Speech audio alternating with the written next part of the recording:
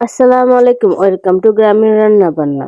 তো ঘরের ভিতরে মাছ অল্প আছে, আপনি ভাবছেন যে কি রান্না করবেন এত অল্প মাছ দিয়ে, কিভাবে রান্না করবেন এতে ভালো হবে। তো এরকম ভাবে রান্না করলে তো আমার এই রেসিপিটা একবার ফলো করে দেখবেন যে কতটা মজাদার হয় এবং কতটা টেস্টিফুল হয়। আপনারাও চাইলে এরকম অল্প মাছ এবং ঘরে কয়েকটা টমেটো থাকলে বানিয়ে ফেলতে পারবেন এরকম মজাদার একটা রেসিপি। অল্প খরচে অল্প উপকরণ বানিয়ে ফেলতে পারবেন। চলুন এখন আমরা মূল রেসিপিতে যাই। এখানে আমি অল্প কয়েকটা ট্যাংরা মাছ নিয়েছি এবং সুন্দর করে ধুয়ে নিয়েছি। মাছগুলো ধুয়ে নেওয়ার পর এখানে আমি একে একে মশলাগুলো দিয়ে দিব। প্রথমে আমি দিয়ে দিচ্ছি 1 টেবিল চামচ পরিমাণ হলুদের গুঁড়া। তারপর এখানে আমি দিয়ে দিব 1 চামচ মরিচের গুঁড়া, স্বাদ মতো লবণ, হাফ চামচ জিরার গুঁড়া, অল্প একটু আদা রসুন বাটা, তারপর দিয়ে দিচ্ছি কয়েকটা পেঁয়াজ কুচি। পেঁয়াজ কুচি দেওয়ার পর তারপর এখানে দিয়ে দিব কয়েকটা কাঁচা মরিচের ফালি দিয়ে এখন আমি দিয়ে দিব এখানে অল্প একটু তেল, সয়াবিন তেল দেওয়ার পর এখন আমি মাছটাকে সুন্দর করে ম্যারিনেট করে নেব। সুন্দর করে ম্যারিনেট করে আমি এখানে 1 ঘন্টার জন্য রেস্টে রেখে দেব।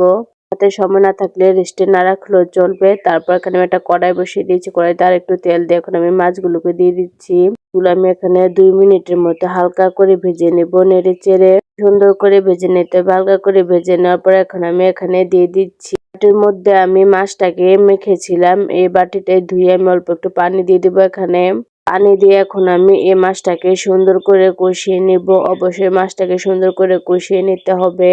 আমি মাছটা কয়েক মিনিট কষানোর পর এখন আমি এখানে দিয়ে দিব কেটে রাখা টমেটোগুলি।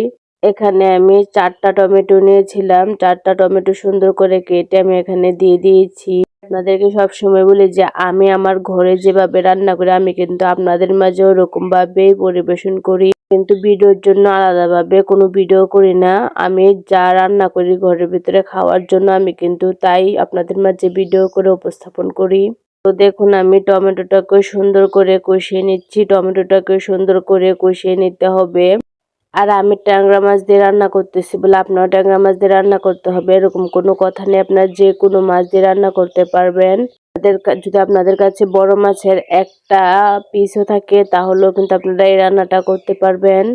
মূলত এই রান্নাটা হচ্ছে ট্যাংরা মাছ দিয়ে টমেটোর টক।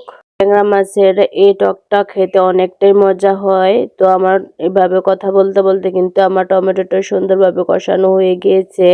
তারপর আমি এখানে দিয়ে দিয়েছি অনেকটা পরিমাণে পানি। অবশ্যই টক রান্না করতে অনেকটা পরিমাণে পানি দিতে হয়। পরিমাণ মতো পানি দিয়ে দিয়েছি। দিয়ে এখন আমি এই ঝোলটাকে সুন্দর করে সিদ্ধ করে নেব। সিদ্ধ করে তারপর উপর দিয়ে আমি কয়েকটা ধনিয়া পাতা ছিটিয়ে দিব।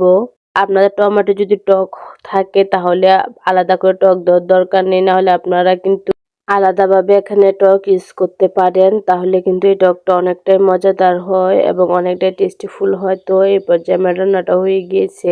এখন আমি আপনাদেরকে উঠিয়ে একটা প্লেটে নিয়ে দেখিয়ে দিচ্ছি কতটা সুন্দর হয়েছে এবং কতটা লোভনীয় হয়েছে। চাইলে আপনারাও বানিয়ে ফেলতে পারেন এই রেসিপিটা।